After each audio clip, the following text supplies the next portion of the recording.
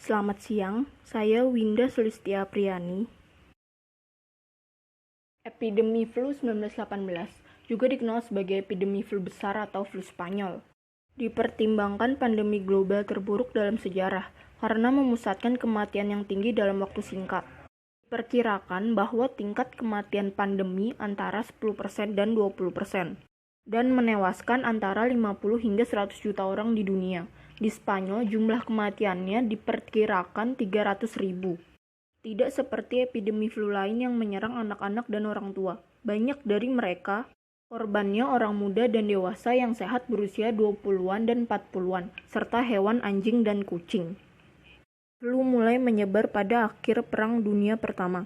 Dia di negara yang berpartisipasi dalam perang itu di bawah sensor militer. Mereka menyembunyikan pandemi, namun Spanyol bersikap netral. Laporkan dalam Pers pada kasus baru, menggunakan nama-nama seperti demam 3 hari, prajurit Napoli, atau penyakit modis. Tampaknya Spanyol satu-satunya negara yang terkena dampak. Inilah sebabnya penyakit ini dikenal di seluruh dunia sebagai flu Spanyol. Meskipun pada musim gugur 1917, penyakit ini telah terjadi di 14 kamp militer. Beberapa orang menganggap Gilbert Michel, juru masak di Camp Fort Riley di Kansas, sebagai pasien pertama. Michel masuk rumah sakit pagi hari tanggal 4 Maret 1918 karena demam dan sakit kepala. Beberapa jam kemudian, ada lebih dari 100 kasus dalam perawatan. Mereka harus mengatasi sebuah hangar untuk merawat pasien. Gejala penyakit ini demam tinggi, sakit telinga, diare, terkadang muntah, dan kesulitan bernafas serta mimisan. Bagian besar orang meninggal hasil dari pneumonia bakteri sekunder karena antibiotik tidak tersedia. Namun satu kelompok meninggal dengan cepat setelah gejala pertama muncul hanya dalam 2 atau 3 hari. Pada pertengahan April 1918, flu sudah mengamuk di parit Eropa Barat. Dia meninggal. Dari Prancis ke Inggris, Italia, dan datang ke Spanyol.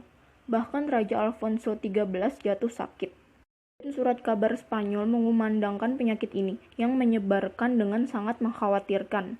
Seperti pada grafik ini, sebagian besar kematian dalam 13 minggu, dari September hingga pertengahan Desember 1918, yang dikenal sebagai gelombang kedua. Orang dan populasi termiskin menderita akibat flu, tapi juga mempengaruhi gubernur seperti Presiden Amerika Serikat Woodrow Wilson, Perdana Menteri Inggris Lloyd George, atau Kaisar Guillermo, pelukis Edvard Munch, Capia dalam potret diri, dan yang lain seperti Gustav Klimt tidak selamat dari penyakit itu. Semua surat kabar saat itu mengumpulkan iklan dengan obat ajaib, yaitu eliksir, air obat, tonik, dan obat lainnya yang menonjol. Pada saat itu, dokter merekomendasikan aspirin, kina, disiapkan dengan arsenik, minyak kapur barus, atau minyak jarak. Beberapa bahkan mendorong orang untuk merokok, berpikir bahwa menghirup asap membunuh kuman. Berbagai publikasi medis waktu itu tersedia di perpustakaan digital Hispanic, berusaha untuk menanggapi penyebab epidemi dan melaporkan perkembangannya dan konsekuensi. Seorang ilmuwan Italia, Profesor Saccone, dan mengklaim telah mengisolasi kuman penyebabnya.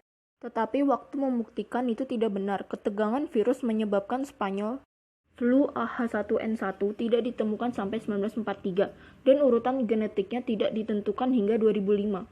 Tugas ini dilakukan di Jerman dari sekolah-sekolah dan mimbar, membuat jumlah kematian akibat flu sebelum perang adalah yang terendah di seluruh Eropa. Mereka juga memperingatkan bahwa pasien yang tidak memiliki gejala apapun yang disebut pemulihan dapat menjadi fokus penyebaran epidemi, sehingga mereka merekomendasikan untuk mempertahankannya 1 atau 2 minggu lebih dalam isolasi. Penggunaan masker menjadi wajib bagi semua yang melakukan pekerjaan. Langkah ini adalah rekomendasi kesehatan yang dibuat untuk seluruh populasi untuk mencegah penyakit menyebar dengan mudah. Semakin banyak kontak orang, semakin besar kemungkinan mereka untuk mereproduksi virus. Pemerintah mulai mengambil langkah pencegahan untuk mencoba menghentikan krisis ini. Teater, sirkus, bengkel, pabrik, dan tempat umum didesinfeksi, dan beberapa acara ditangguhkan. Dilarang mengimpor barang dari Maroko. Orang asing memasuki populasi diidentifikasi. Biaya kuliah dan ujian diperpanjang tanpa batas, dan rektor bahkan diberi kebebasan untuk menangguhkan kelas jika mereka mau. Gelombang ketiga dan terakhir lebih jinak. Banyak orang sudah diimunisasi. memberi pandemi yang terkendali pada musim semi 1919, dan penyakit itu berakhir dengan sendirinya. Oleh pada musim panas tahun 2020, virusnya telah hilang, sementara dia memenangkan pertempuran melawan yang terlemah. Sisanya diimunisasi.